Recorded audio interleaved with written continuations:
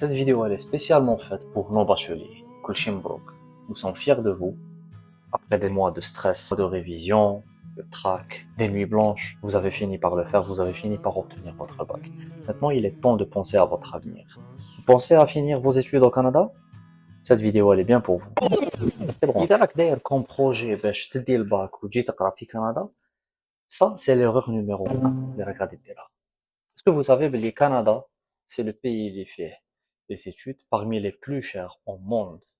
Et il faut reconnaître, la plupart des écoles ou des instituts ou des universités accessibles au Canada ne sont pas vraiment parmi les top universités au monde. Donc, vous allez vous trouver à payer une fortune pour venir faire des études au Canada pour rien de spécial. Vous n'allez pas faire des études dans une grande université, dans une grande école, à moins que vous ayez les moyens de vous payer un cursus d'études au sein d'une très grande université.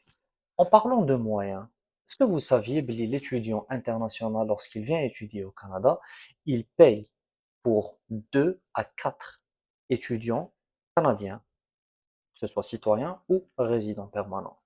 Est-ce que vous savez que les études au Canada sont parmi les plus chères au monde, sans parler des complications et des difficultés à obtenir le visa d'études, le permis d'études, le permis de travail à mi-temps, dont l'étudiant ouvre droit, trouver un travail avec un permis de travail à mi-temps, sans oublier le garant, la caution et tout cet argent que vous devez mettre de côté, ou plutôt que vos parents doivent mettre de côté pour vous assurer des études ici au Canada.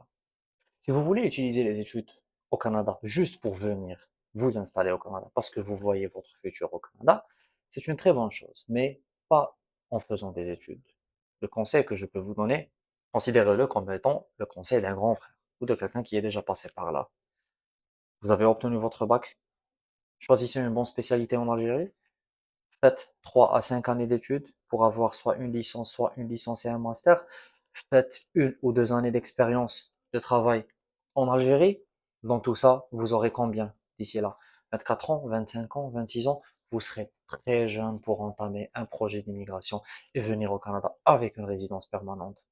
À ce moment-là, même si vous voudrez faire des études dans une spécialité différente ou des études encore plus supérieures, vous aurez la possibilité de le faire en tant que résident permanent, sans pour autant payer une fortune, et tout en bénéficiant de tous les avantages qui peuvent être présentés à un étudiant canadien et non pas un étudiant international.